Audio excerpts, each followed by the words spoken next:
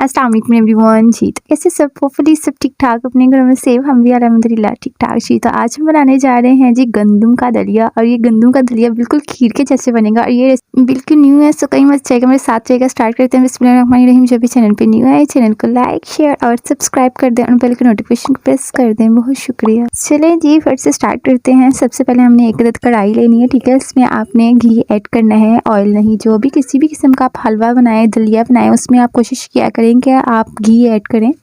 अब घी आप इस पॉइंट पे देसी घी भी ऐड कर सकते हैं, नॉर्मल वेजिटेबल घी भी ऐड कर सकते हैं, जो आपको अच्छा लगे वो इसमें ऐड करें। और देन आपने मोस्ट इम्पॉर्टेंट ऐड करनी है जी इलायची। यहाँ पे मैंने तकरीबन 3 अदद इलायची ऐड की हैं। इलायची को ऐड करते ही हमने चम्मच की मदद से इसको अच्छे से मिक्सअप करना है, इसके अंदर रोस्ट करना है इलायची को। आपने इलायची को तब तक रोस्ट करना है जब तक आपको इसमें से ज़बरदस्त स्मेल, प्यारी सी खुशबू नहीं आ जाती, तब तक आपने इलायची को रोस्ट करना है। और अब चलते हैं जी हम दूसरे स्टेप की तरफ। अब यहाँ पे मेरे पास है जी गंदम का दलिया। ये मेरे पास है जी तकरीबन 1 कप, एक प्याली और 1 पाव है तकरीबन, ठीक है। तकरीबन 1 पाव है। और उसके बाद जी हम जैसे हमारी जो इलायची वो रोस्ट हो जाए, आपने इसके अंदर ऐड कर देना है दलिया। अब जैसे ही हमने फिर से इसके अंदर दलिया ऐड करना है, साथ ही हमने इसकी बुनाई स्टार्ट कर देनी है। सो जब तक हम बुनाई करें, हम जल्दी से मुझे कमेंट करें कि आप मेरी वीडियो किस सिटी से, किस कंट्री से वॉच करें, ताकि मैं आपका शुक्रिया अदा कर सकूं। यहाँ पे बुनाई आपने करनी है जी लो टू मीडियम फ्लेम पे, ठीक है। मीडियम टू लो फ्लेम पे अपनी बुनाई करनी है। और यहाँ पे हमने तब तक इसकी बुनाई करनी है जब तक इसका कलर जो है वो गोल्डन ब्राउन नहीं आ जाता, तब तक आपने इसको अच्छे से रोस्ट करना है, फ्राई करना है, ठीक है। इसकी बुनाई करनी है, लेकिन यहाँ पे गोल्डन ब्राउन कलर आना चाहिए। अगर तो आप वाइट पे ही इसमें दूसरा चीज़ें ऐड कर देंगे तो आपका वो वैसा मज़े का बिल्कुल भी नहीं बनेगा जैसे इसको बनना चाहिए। सो तकरीबन आपने अच्छे से इसको रोस्ट कर लेना है। उसके बाद एक साइड पे देखें मैंने पानी बॉयल होने के लिए रखा हुआ है। बॉयल नहीं हमने करना है, जस्ट हमने इसको फुल हीट अप करना है और फ़ौरन से गरम पानी हमने इसके अंदर ऐड कर देना है।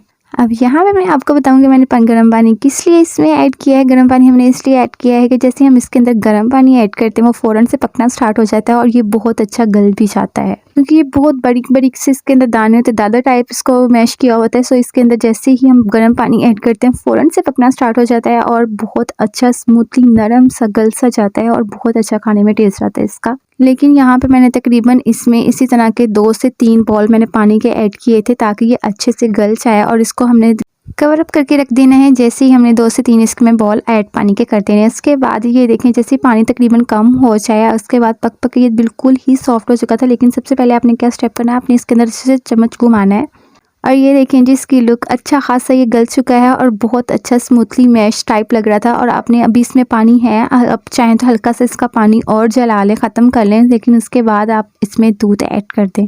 यहाँ पे दूध मैंने तकरीबन 2 कप ऐड किए थे, ठीक है। दूध ऐड करते साथ ही आपने चम्मच की मदद से इसको मिक्सअप करना स्टार्ट कर देना है। जैसे ही आप इसको दूध, ऑलरेडी जो हमारा दलिया वो गल चुका है और आप दूध डालेंगे तो और ज़्यादा गल जाएगा, लेकिन इसमें बाद में आप चीनी ऐड करें। चीनी अकॉर्डिंग टू योर टेस्ट आप ऐड करें, ठीक है। जितना आपको टेस्ट पसंद है उसके हिसाब से आप ऐड करें और चम्मच की मदद से इसको अच्छे से मिक्सअप करके इसको कवर अप कर दें। और तकरीबन 20 मिनट तक अब मैंने इसको लो फ्लेम पे पकाया था, लो टू मीडियम पे, ताकि ये अच्छे से ये आपस में घुल मिल जाए। और ये देखें जी इसके अंदर इलायची है और वो इसके दाने नज़र आ रहे हैं। ये देखिए जिस कंसिस्टेंसी इसकी देख लें, क्योंकि ये भी बहुत गर्म है और जैसे इसको ठंडा करेंगे ये ठंडा होकर बिल्कुल ही जम जाएगा, जैसे कि खीर जम जाती है सेम। बहुत अच्छा टेस्ट है। सो घर में ज़रूर इस रेसिपी को ट्राई करिएगा और मुझे वैल्यूएबल फीडबैक से नवाजिएगा। अब मिलेंगे आपके साथ नेक्स्ट रेसिपी में। अपनी दुआ में कुकिंग विद मसलिन को याद रखिएगा। अल्लाह हाफिज़।